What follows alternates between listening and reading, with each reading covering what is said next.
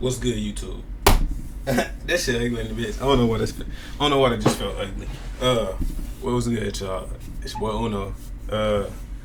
Coming with video of my guy Johnny. Let me. Video about Johnny Arnett. Y'all see the title, but Kevin Durant, a legacy of second place. If you ask me, I feel like the video is finna, cause I'm a LeBron fan. I feel like if you a general basketball fan from the beginning of like the 2010s, you will understand. You'll kind of have a clue of where this is going. After it was like kind of known that Carmelo Anthony wasn't gonna be like the guy to take the reins from LeBron, and like KD start coming on the scene with the scoring titles and just going crazy with the scoring. Like 2011, like 3 years, 2011, 12, 13, 14, those 3-4 years, that 3-4 year span, the KD versus LeBron battles were crazy. They had a finals appearance against each other, just the regular season battles, this, that, and the other. But it always seemed like LeBron always had the edge. Then when LeBron went back to Cleveland, KD, the first season LeBron was back in Cleveland, KD got hurt, so OKC they really didn't do nothing that 2015 season. But 2016 season, you blew a 3-1 lead to Golden State. Then and that kind of, if you ask me, if they win that series against Golden State in 2016 and then go on to face the Cavs in the finals, that is Kevin Durant's chance to finally that's his chance to finally put himself on the scene in the world. Like, I'm the best player. He won MVP in 2014. 2015 he was hurt. So 2016, if they didn't blow that 3-1 lead to Golden State and then went on to beat Cleveland, I feel like he would undoubtedly have been like, it would be his league. Like, it would, no question, he would have led the team, this, that, and the other. Like, if you get what I'm saying. But I ain't gonna talk. I'm trying not to talk too much. That's already 2 minutes. And get to the boy Johnny video. Shout out Johnny Arnett. I watch this man videos, bro, all the time, bro. Literally every time he uploads, I'm on it. But let me know if y'all want more reactions and shit. I'm finna get to the reactions. Let's get it. Feel me?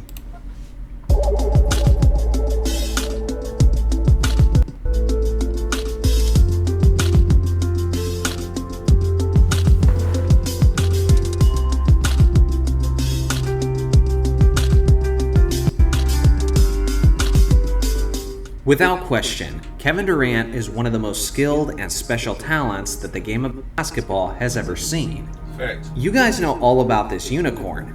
He's a 7-foot sniper, a player with remarkable size and length who can move and handle the basketball like an elite guard. Facts. He's one of the most deadly scorers in the history of the sport, and he's extremely efficient from the interior, from the mid-range, and from three-point distance.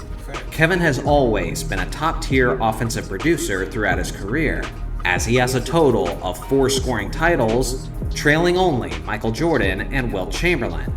KD is also one of the few players to ever have a 50-40-90 season, meaning he averaged at least 50% efficiency from the field, 40% efficiency from three-point range, and 90% efficiency from the free throw line over the course of an entire regular season. And he did this multiple times. I think you get the point. Kevin Durant is the very definition of a walking bucket, and with his God-given attributes, he had many convinced that he could end up being the best player in the league, the best player on a championship team, and the greatest player of his era. Unfortunately, the truth is that he was often second in most of those aspects. Let's face it, the number 2 is synonymous with the legacy of Kevin Durant. He started his career as the second overall pick in the 2007 NBA draft. I don't mean to keep pausing, but he also said this in an interview. He said his whole life he always felt like he was number 2 draft pick. Yeah, he lost in the finals. When it came to the regular season, he always got compared to LeBron. LeBron was still always the best. Bro, I remember when 2K15 was coming out. Remember, he was the cover athlete. When they did a preview of the game, this man literally said he plays 2K as the Miami Heat. He literally said he used LeBron. Bro, like it's not even. I ain't even trying to disrespect kids. No disrespect to KD, but it's just like it's also kind of like we got so much respect for KD, and we know like his talent is undeniable. Like your talent is literally warranted to be like you are supposed to be. Your talent is, if you ask me, Kevin Durant is the second greatest player of this generation. Like behind LeBron, I'm talking about 2010s and up. Behind LeBron, Kevin Durant is the second greatest player of this generation. But, and I'm talking about talent. But aside from talent, and when I go to accomplishments, it is undoubtedly Steph. It's LeBron and then Steph. When it comes to that 2010, the mid 2010s, mid 2010s era, it's LeBron and Steph. KD, you have a backseat. You literally took that backseat to Steph. You feel me? So it's like, yeah.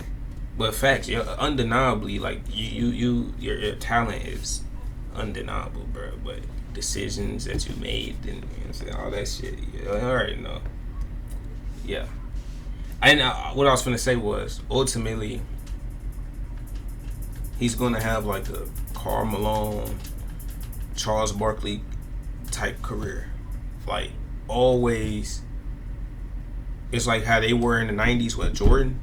How they always were up there with the talent, but they never were able to do what it takes to get past Jordan or just over the hump. And even the 2 years Jordan took off of basketball, Barkley or Malone, who were supposed to be up there with Jordan, still couldn't get it done. They couldn't get past Hakeem. They let Hakeem go back to back in the 2 years that they really had the chance without Jordan. KD, when you finally had a chance to go back against LeBron in the finals in 2016, you blew the 3-1 lead to Golden State. You were going to beat, you were one win away from beating the best regular season team of all time and then facing LeBron in the finals for your rematch, and you had a chance to win. That was going to cement your legacy in history. So, hey, he just couldn't do what it takes to get it done. You know what I'm saying? Ultimately, yes, he still did get his 2 rings, but your 2 rings and those, even the Finals MVP, don't hold the same weight as other greats' rings. You feel me? So, yeah. Draft. And if you want to be naive about it and say they do, you're an idiot. I'm sorry. Taken just after Greg Oden. In hindsight, KD certainly deserved to be the number 1 pick. But it would probably be unfair to call Oden a bust, because the way his career panned out had more to do with his significant injuries and not so much about any lack of amazing talent. On the other hand, a healthy Kevin Durant rose to superstardom almost immediately. By the 3rd season of his career, he was leading the NBA in scoring, averaging 30 points per game, as he took his OKC Thunder to a 50-win season and their first playoff berth since moving to Oklahoma.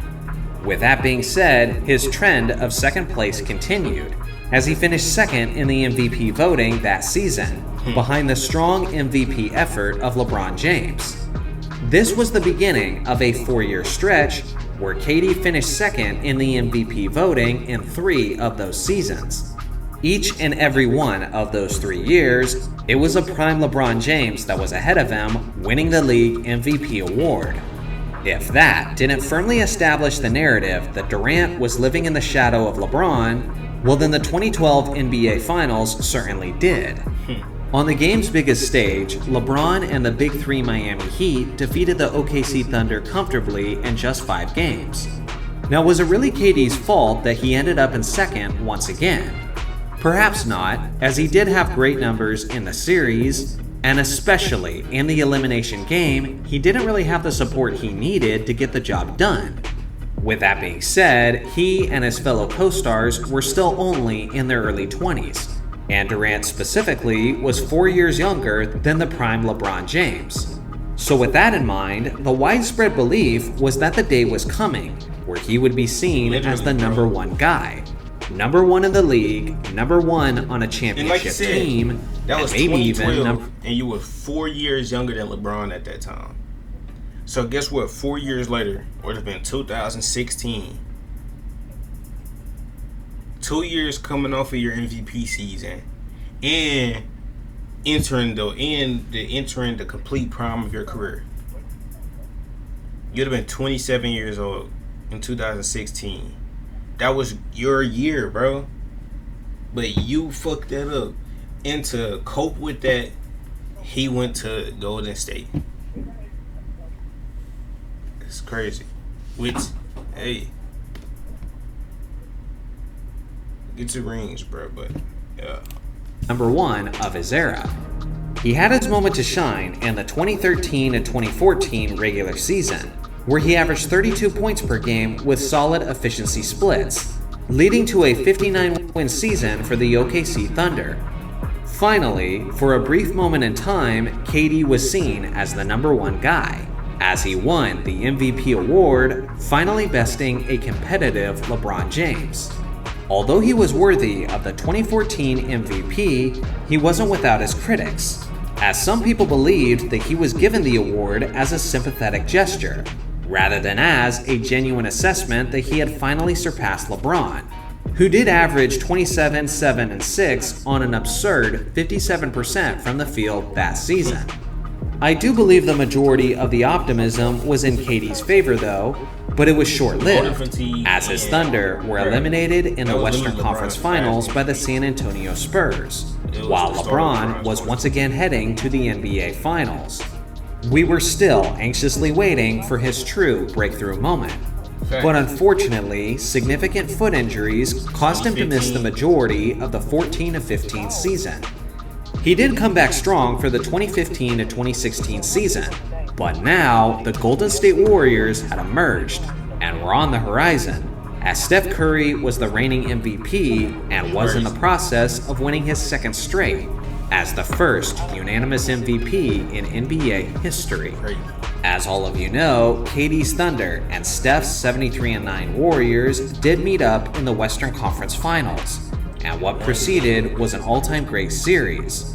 But after the Thunder got off to a commanding 3-1 lead, the Warriors stormed back and won the series. In the final 3 games of that matchup, KD shot only 39% from the field and 27% from three-point range, while over that same stretch, Steph averaged more points and was far more efficient. At this point, Kevin Durant being second place to LeBron James was now a distant memory. Now, he had to settle for being viewed as second best in his own conference.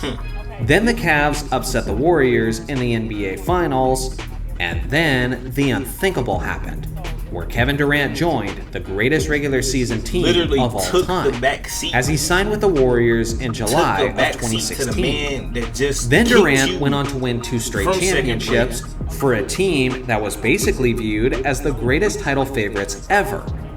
Durant did win the Finals MVP in 2017 and in 2018 while putting up monstrous numbers. And at the time, a lot of people viewed this as an indication that KD was the better player than Steph. But oh how things can change in a matter of a few years. Simple. Since their split, Steph won his 4th championship ring, They showed they can and win KD is still before seeking you, a championship during apart you, from and Curry, after you. despite the fact that he's had never won numerous shit without them opportunities niggas. with exceptional supporting talent. So to recap, Kevin Durant was second to be drafted. Then he was second behind LeBron James for years. Then right as LeBron potentially opened the door for Durant, he became second behind Steph Curry. And then the history books will say that he was the real second behind Steph when he was on his team. And now there's a new question for KD's career. Bro, I just literally told my stepdad, because we talk about basketball heavy, I just told him, I said, if you ask me, I'm a general basketball fan. Yeah, I'm a LeBron fan, but I'm also a general hoops fan. So I got hella love and respect for KD. For KD to save his legacy and finally get the respect he wants, you have to go be that vet you have to go be that vet and help a young upcoming superstar preferably, I feel like this is the best situation for him. Go to Minnesota, go help Anthony Edwards lead that team to a championship, but you have to be the leader. You have to show that you can lead a team, bro. I'm not saying he has to be the best player on that team. Let Anthony Edwards be the best player on that team, or whatever team you go to, whether it's fucking Houston, you gotta let somebody else, wherever you go. If it's New York, let Brunson be the best. Let somebody else be the best player on the team. But just like you took the backseat to Steph, take a backseat, but be that vocal leader, bro. You have to be that vet leader. You have to get in their face. Come on, man, we gotta tighten up. Ooh, you gotta be the one to do that shit, bro.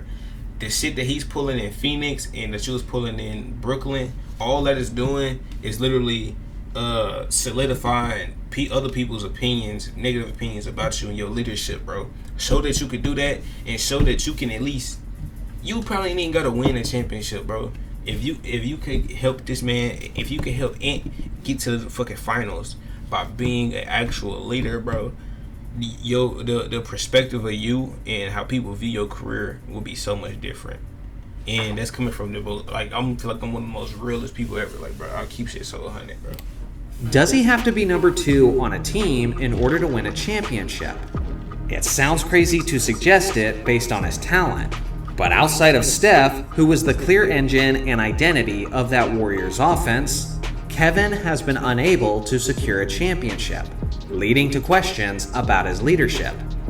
Maybe the truth is he was never a true number 1 in the first place. There's much to be said and debated over the legacy it leads of people Kevin. to thinking like people are putting you in like the same category as like Jason Tatum. How people try to make it seem like Jason Tatum isn't a real number 1, or he can't be a real number 1. He has to be a 1A with a 1B. He has to have a sidekick with him. That's how people are going to view you, KD. And it sucks. Unless you completely just, you have to be that leader. Your leadership is what tones people respect for you down. It's your lack of visible leadership. And I know, bro, a lot of the shit be hard for Kate. I don't want to say it because I don't know this man personally, but I'm not gonna lie, a lot of shit he replied to on Twitter and even that kind of shit, bro. I'm sorry, but I fuck with Katie, but bro, Kevin Durant. And when it comes to his status and standing among the all-time greats, it's really hard to give him a definitive placement, because despite all of his talent and all of his supporting talent, he has very little hardware to show for it. Ultimately, after nearly 2 decades of watching him play, I believe the legacy of Kevin Durant is perfectly summed up by 2 words, and 2 words alone: second best. So what do you guys think? How would you describe the legacy of Kevin Durant? I look forward to hearing your thoughts in the comment section below. Thanks for watching as always. Make sure to like and subscribe for more basketball content, and I'll see you guys in the next video. Yeah, bro. Like I said, I feel like, yeah, KD got the rings that Barkley and Malone don't have, but ultimately, that's how his career is going to get viewed. Like, yeah, like Charles Barkley said, even though it was hypocritical, but you're going to get viewed like a bus rider and not a bus driver. So I think it's that simple. Even though Charles Barkley was literally the exact, y'all careers are very similar. So it's like, yeah. But that's the video. Shout out Johnny Arnett. Shout out KD, man. No disrespect to KD. I actually hope he find his way out of Phoenix and don't just let the rest of his career, don't let his career rot away there. Like, find a better situation than that. But I hope he can get up out of that, figure it out. But the NBA is better when KD is competitive and playing at the highest level. That's coming from a genuine basketball fan. But shout out Johnny, shout out KD, shout out the NBA. Shit, fuck it. Like, share, subscribe. I hope y'all like the reaction, bro. I tried not to make it too long, bro. I tried to actually interact with y'all niggas and not just watch the video and let the video play on some bot shit. But you feel me? Hey, man, Like, share, subscribe if you're new, my nigga. Comment. I appreciate the love if you're watching, bro. Watch the video because you want to watch it. Share because you want to share it. Shit, like because you want to like it. Subscribe because you want to subscribe, nigga. Only do it because you want to do it, nigga. I don't want you watching my channel if you don't want to do that shit. You just force yourself to do it, nigga. Fuck off my shit. Not just playing, but yeah, for real though. I don't know what the fuck I'm talking about. Ugly in the bitch.